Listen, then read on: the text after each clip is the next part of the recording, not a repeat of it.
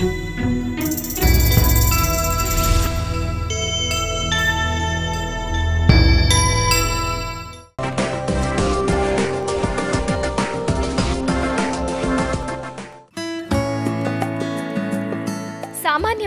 ಎಲ್ಲರ ಮನೆಯಲ್ಲೂ ವೇಸ್ಟ್ ಬಟ್ಟೆ ಇದ್ದೇ ಇರುತ್ತೆ. ವೇಸ್ಟ್ ಬಟ್ಟೆನ ನಾವೇನ್ ಮಾಡ್ತೀವಿ ಹೇಳಿ? ಅಂಗಡಿಗೆ ಹಾಕ್ತಿವಿ, ಇಲ್ಲ ಅಂದ್ರೆ ವೇಸ್ಟ್ ಅಂತ ಎಸ್ದ್ ಬಿಡ್ತೀವಿ.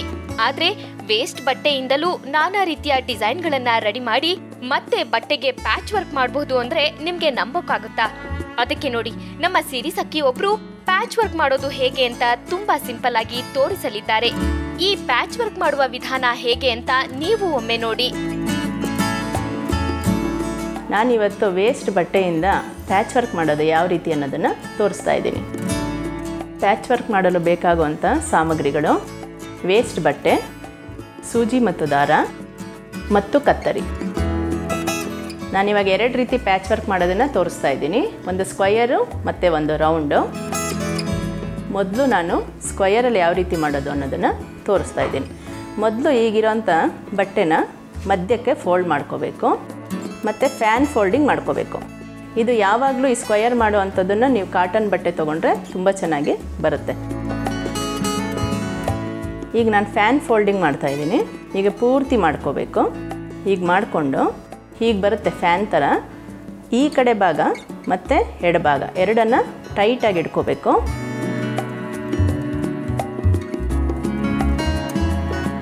ಇದು ಯಾವ ಕಲರ್ ಬಟ್ಟೆ ತೊಗೊಂಡಿರ್ತೀವೋ ಅದೇ ಕಲರ್ ದಾರನ ಟೈಟಾಗಿ ನಾವು ಹೂ ಕಟ್ಟೋ ರೀತಿ ಸುತ್ತಬೇಕು. ಹೀಗೆ ನಾಟ್ ಹಾಕ್ಕೊಳ್ಳಿ. ಇದು ಟೈಟ್ ಅನಿಸಿದ್ರೆ ನಿಮಗೆ ಇದನ್ನು ಕಟ್ ಮಾಡಿಕೊಂಡು ಸೂಜಿ ದಾರ ಹಾಕ್ಕೊಂಡು ನೀವೇನು ಫೋಲ್ಡ್ ಮಾಡಿರ್ತೀರ ಆ ಇದರಿಂದ ಒಳಗಾಕಿ ಟೈಟಾಗಿ ಹೊಲ್ಕೊಳ್ಳಿ.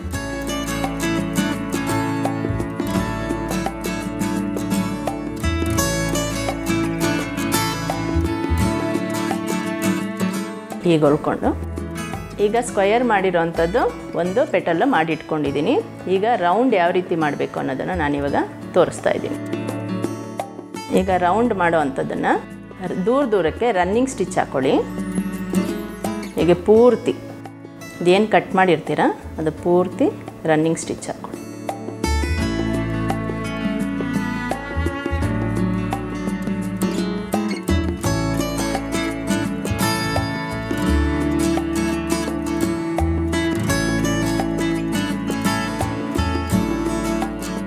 ಈಗ ಮಾಡಿರೋವಂಥದ್ದನ್ನು ಟೈಟಾಗಿ ಎಳ್ಕೊಳ್ಳಿ. ಎಳ್ಕೊಂಡಿದ್ದು ಹೀಗೆ ಬರುತ್ತೆ ಪೆಟಲ್. ಹೀಗೆ ಉಲ್ಟಾ ಮಾಡಿಕೊಂಡು ಎಲ್ಲ ತುದಿನ ಟೈಟಾಗಿ ನಾಟ್ ಹಾಕ್ಕೊಳ್ಳಿ. ಈಗ ಉಲ್ಟಾ ಮಾಡಿ ಈಗ ರೌಂಡ್ ಪೆಟಲ್ ಒಂದು ರೆಡಿ ಆಯಿತು. ನಾನೀಗ ಚಿಕ್ಕ ಚಿಕ್ಕ ಹೂಗಳನ್ನ ಮಾಡ್ಕೊಂಡಿದ್ದಾಯಿತು. ಈಗ ವೇಸ್ಟ್ ಆಗಿರೋವಂಥ ಒಂದು ಎಂಬ್ರಾಯ್ಡ್ರಿಂಗ್ ವರ್ಕ್ ಮೇಲೆ ನಾನು ಯಾವ ರೀತಿ ಮಾಡಿದ್ದೀನಿ ಅಂತ ತೋರಿಸ್ತಾ ಇದ್ದೀನಿ. ಇದನ್ನು ಯಾವ ರೀತಿ ಸೇರಿಸ್ಬೇಕಂತ ಒಂದೊಂದೇ ಪೆಟಲ್ಸ್ನ ಇದಕ್ಕೆ ಸೇರಿಸ್ಕೊಳ್ತಾ ಹೋಗಬೇಕು. ಸೂಜಿಯಿಂದ ಈ ರೀತಿ ಒಂದೊಂದೇ ಪೆಟಲ್ಸ್ನ ಮಾಡ್ಕೊಂಡಿರೋದನ್ನು ಒಂದು ಎಂಬ್ರಾಯ್ಡ್ರಿಂಗ್ ವರ್ಕ್ಗೆ ನಾನು ಈ ರೀತಿ ಸೇರಿಸಿದ್ದೀನಿ, ಹೊಲಿದಿದ್ದೀನಿ ಎಲ್ಲನೂ. ಈಗ ಲಾಸ್ಟಲ್ಲಿರೋವಂಥದ್ದನ್ನು ಹೊಲಿದು ತೋರಿಸ್ತಾ ಇದ್ದೀನಿ.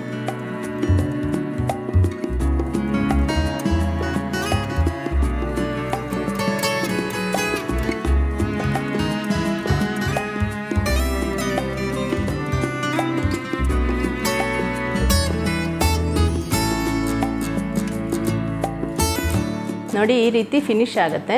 ಇದನ್ನು ನೀವು ಚೂಡಿದಾರ್ಗೆ ವರ್ಕ್ ಆಗಿ ಬೇಕಾದ್ರೂ ಬಾರ್ಡ್ರ್ ಆಗಿ ಬೇಕಾದರೂ ಯೂಸ್ ಮಾಡ್ಕೋಬೋದು, ಇಲ್ದಿರೆ ಸ್ಯಾರಿಗೆ ಸರಗನಲ್ಲಿ ಬೇಕಾದರೂ ಹೊಲ್ಕೋಬೋದು, ಅಥವಾ ಬ್ಲೌಸ್ಗೆ ಬ್ಯಾಕ್ ಸೈಡು ಡಿಸೈನ್ ಆಗಿ ಸಹ ಇದನ್ನು ಮಾಡ್ಕೋಬೋದು. ನೋಡಿ ನಾನು ರೌಂಡದು ಮಾಡಿರೋಂಥ ಪ್ಯಾಚ್ ವರ್ಕಲ್ಲಿ ನಾನೀಗ ಬ್ಯಾನರ್ ಥರ ಮಾಡಿದ್ದೀನಿ. ನೋಡಿ ಸಿರಿ ಅನ್ನೋ ವರ್ಡ್ ಮಾಡಿದ್ದೀನಿ. ನೋಡಿ ಸಿರಿ ಯಾವ ರೀತಿ ಸಿಂಗಾರ ಆಗಿದ್ದಾಳೆ ಅಂತ.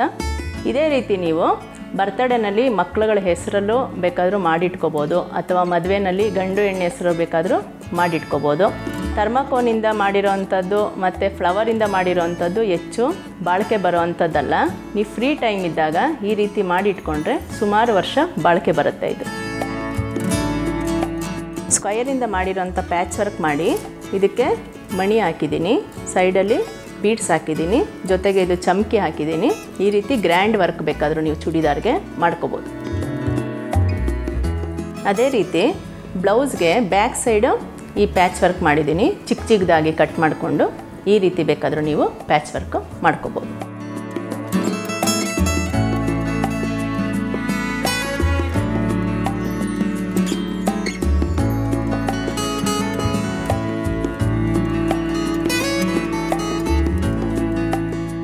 ನೋಡಿದ್ರಲ್ಲ ವೀಕ್ಷಕರೇ, ಪ್ಯಾಚ್ ವರ್ಕ್ ಮಾಡೋದು ಈಸಿಯಾಗಿ ಯಾವ ರೀತಿ ವರ್ಕ್ ಮಾಡಿಕೊಂಡು ಮತ್ತು ಬ್ಯಾನರ್ ಮಾಡಿಕೊಂಡು ಚೂಡಿದಾರ್ಗೆ ವರ್ಕ್ ಮಾಡೋದು ಮತ್ತು ಬ್ಲೌಸ್ಗೆ ವರ್ಕ್ ಮಾಡೋದು ಮತ್ತು ಬ್ಯಾನರ್ ಮಾಡಿಕೊಂಡು ಅದನ್ನು ಈಸಿಯಾಗಿ ಮನೆಯಲ್ಲೇ ಕೂತ್ಕೊಂಡು ಮಾಡ್ಕೋಬೋದು. ಫ್ರೀ ಟೈಮ್ ಇದ್ದಾಗ ನೀವು ಮಾಡ್ಬೋದು. ನಿಮ್ಮ ಚೂಡಿದಾರ್ ಅಥವಾ ಯಾವುದಾದ್ರೂ ಬಟ್ಟೆ ಪ್ಲೇನ್ ಆಗಿದೆ, ಡಿಸೈನ್ ಇಲ್ಲ ಅಂತ ಯೋಚನೆ ಮಾಡ್ತಿದ್ದೀರಾ? ಇನ್ಮುಂದೆ ಹಾಗೆಲ್ಲ ಯೋಚನೆ ಮಾಡ್ಲಿಕ್ಕೆ ಹೋಗ್ಬೇಡಿ. ಯಾಕಂದ್ರೆ ಇವರು ತುಂಬಾ ಸಿಂಪಲ್ ಆಗಿ ವೇಸ್ಟ್ ಬಟ್ಟೆಯಿಂದ ಹೂಗಳನ್ನ ರೆಡಿ ಮಾಡಿ ಪ್ಯಾಚ್ ವರ್ಕ್ ಮಾಡೋದು ಹೇಗೆ ಅಂತ ತೋರಿಸಿದ್ರು. ನೀವು ಇದನ್ನ ಟ್ರೈ ಮಾಡಿ ನಿಮ್ಮ ಬಟ್ಟೆಯ ಅಂದವನ್ನ ಇನ್ನೂ ಹೆಚ್ಚಿಸಿಕೊಳ್ಳಿ.